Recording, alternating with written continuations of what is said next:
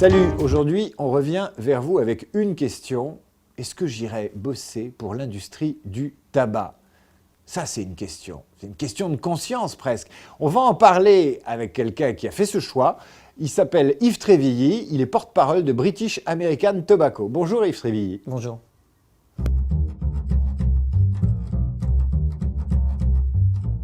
Il faut être franc, le milieu politique n'est pas non plus un milieu extrêmement facile. Ma maman, qui est décédée aujourd'hui, n'était pas très fière que je bosse dans le milieu politique et je pense qu'elle était encore moins fière que je bosse pour un fabricant de tabac.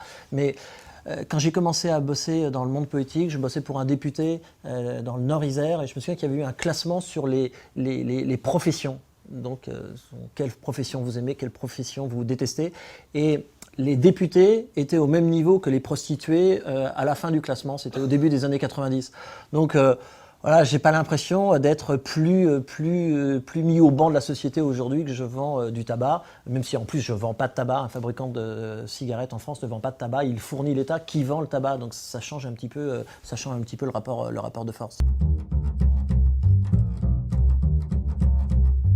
Moi, j'ai bossé 16 ans dans le monde politique. J'ai fait à peu près tous les postes que l'on peut faire dans le monde politique, d'assistant parlementaire en circonscription, assistant parlementaire à l'Assemblée nationale. J'ai aussi travaillé en collectivité locale comme directeur de cabinet de ville, à Valence, dans la Drôme, directeur de cabinet du président du Conseil général du Val d'Oise. Et puis, j'ai été chef de cabinet de Renaud Dutreil à la fonction publique et réforme de l'État. Et c'est dans ce cadre-là que j'ai, un jour, participant à un dîner du club des parlementaires amateurs de Havane d'André Santini, j'étais assis à côté de quelqu'un que je connaissais ni d'Ève ni d'Adam, on a parlé, je lui ai fait part de mon souhait d'un jour de quitter la politique pour aller bosser dans le privé, etc. Et le lendemain, parce qu'on avait une bonne conversation de 2 heures, il m'a rappelé en disant en fait je recherche quelqu'un et c'était le directeur des relations institutionnelles de British American Tobacco et donc voilà, j'ai eu 7 entretiens et j'ai intégré cette boîte en septembre 2005.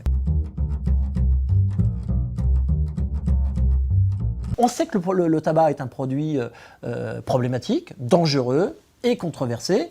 Mais il y a une demande, il y a 1,3 milliard de fumeurs dans le monde aujourd'hui en 2012, il y en aura 2 milliards selon toutes les études en 2050, et donc il y a des gens qui veulent fumer.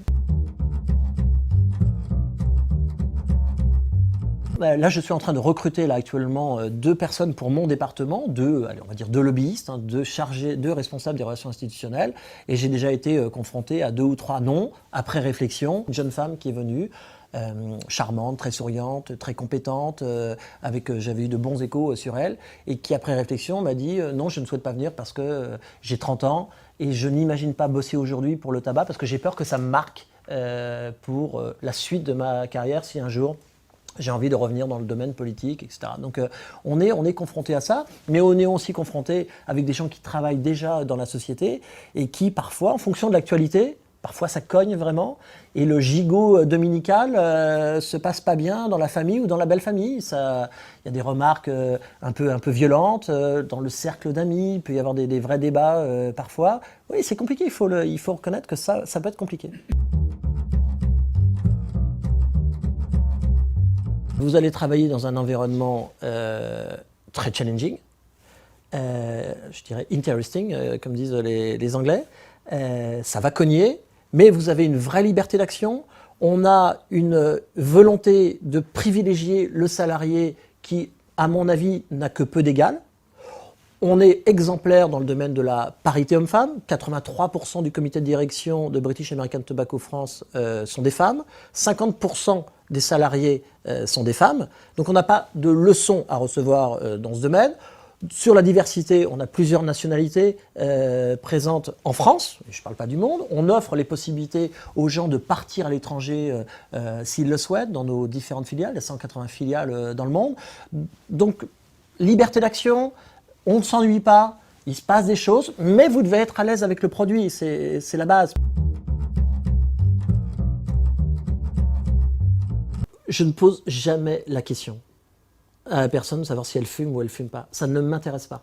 Et ça n'intéresse personne dans la boîte. Personne ne posera la question de savoir si la personne fume ou elle ne fume pas. C'est de la liberté individuelle. Nous, on considère qu'on ne peut vendre du tabac qu'à des personnes qui sont adultes. Par définition, on reçoit des adultes, c'est du champ privé, ça ne m'intéresse pas. ce débat, on l'a déjà dépassé. British American Tobacco est né au début des années 1900. Donc tous ces débats, on les a eus. On fume dans le monde depuis 3000 ans. On fume en Europe depuis que Christophe Colomb a ramené le tabac. Et c'est l'État, depuis Colbert, qui vend le tabac pour, au passage, prendre 80% de taxes. Sur votre paquet à 5,70, vous payez 80% de taxes. C'est l'État. Donc moi, je fournis le tabac. Si quelqu'un doit avoir un problème de conscience, on peut commencer à ce que ce soit l'État qui ait ce problème de conscience. Visiblement, il ne l'a pas. Pourquoi je serais plus vertueux que l'État? Pourquoi je serais plus royaliste que le roi? Le tabac est un produit légal. Alors oui, il y a un certain nombre de problèmes, mais il y a plein d'autres activités dans le monde qui posent aussi des problèmes ou potentiellement des problèmes. Eh bien, c'est une bonne question parce que j'ai toujours été infichu de répondre à cette question. Je me souviens, j'avais eu cette question en entretien d'embauche. Je postulais dans une mairie et on m'avait posé cette question et j'avais dit « je n'en sais rien ». Et la personne m'avait fait toute une théorie en disant que dans un entretien d'embauche, on ne pouvait absolument pas répondre à cette question, que c'était rédhibitoire, etc. etc. J'ai progressé depuis et je suis toujours infoutu de répondre. Un truc qui m'énerve, c'est qu'on finisse mes phrases. Je supporte pas ça. J'ai eu un entretien là, hier, avec une personne qui finissait systématiquement mes phrases, mais sans jamais apporter rien de plus. Et c'est un truc qui m'exaspère.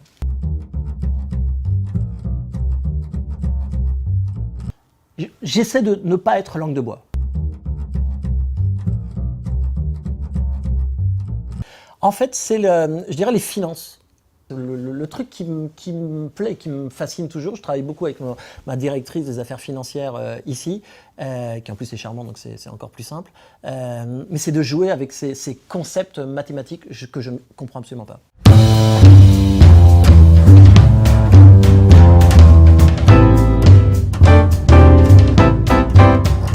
Je fume uniquement dans des circonstances très festives.